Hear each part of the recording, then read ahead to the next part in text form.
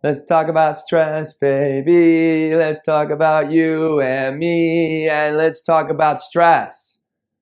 Hey, it's Will Schneider. Welcome to another mindfulness moment. Today we're going to talk about elephants. No, that's not true. We're going to talk about stress.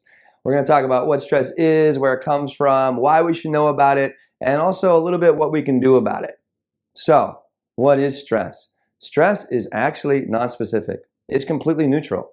It is literally a belief. Here's a nice, solid, functional definition of stress. Humans experience stress or perceive things as threatening when they believe that they do not have the sufficient resources to cope with the demands of a particular circumstance. I'll say that again. It's a belief. We experience stress when we do not believe that we have the sufficient resources to cope with the demands and the obstacles in a given circumstance. That's all stress is. It's more of a belief than an actual thing. So it's the way that we perceive things that makes a difference whether we're stressed out or whether we move through things like smoothly, flowingly, and functionally. So that's what stress is.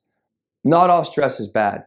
Stress could actually be quite good for ourselves. It's really good for us physically, right? When we want to increase our bone density or increase our muscle mass by like walking or running or taking on some sort of exercise. It's great cognitively and for our brain, right? When we push ourselves to learn new skills, right? That's like stress, that's good stress. And we arrive in a new place with new intelligence and new cognition. But excessive stress is really quite bad for us. It causes mental health problems, it causes depression, ulcers, panic attack, strokes, heart attack. So that's if excessive stress is in our body. So why is it important to know about stress?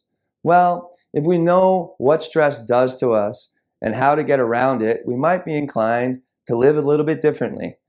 Living stressfully does not have to be your default. Just because people in your family or people in your life or people at your office are all stressed out does not mean you need to be part of the stress culture at all. We can change stress. We can move stress around. We can mitigate stress. So let's talk about what stress actually does to our body and to our minds. Well, simply and frankly, stress can make us a real ass. Why? Because what stress does is it ups our cortisol and adrenaline levels and it locks us into survival mode, which technically we're in our sympathetic nervous system. So our heart rate is going up, our blood pressure is going up, our rate of breathing increases dramatically, also rate of thinking increases dramatically. So we kind of get in this tunnel vision and we get into this fight, flight, or freeze mode. We fight back with people, yell at them, anger, maybe we actually get physical. Sometimes we run away, right, when things are we perceive too much stress, or we just freeze and we can't do anything. So actually on a deeper physical level, stress affects all of our organs, our skin, our hair, all of our vital organs on the inside, even our brain stress affects. And if we're living in chronic stress, like I mentioned earlier, this is when we open ourselves up to ulcers, stroke, heart attack, panic attacks, depression. If enough stress can really make us significantly depressed. And stress also knocks us out of, and I mentioned this in another video, our executive function. When we're in our executive function, we're calm, cool, and connected. We're using all parts of our brain in order to effectively solve and overcome that obstacle in the moment. And also when we're in our executive function, we'll actually call on resources and become more resourceful in order to overcome the demands of that particular circumstance. So, stress is a choice.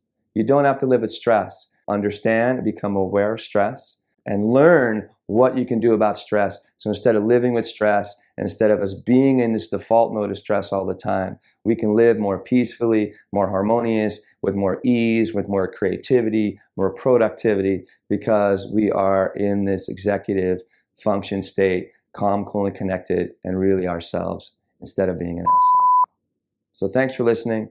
This is Will. If you have any questions, leave some comments. We'd love to help you. Have a great day. Peace.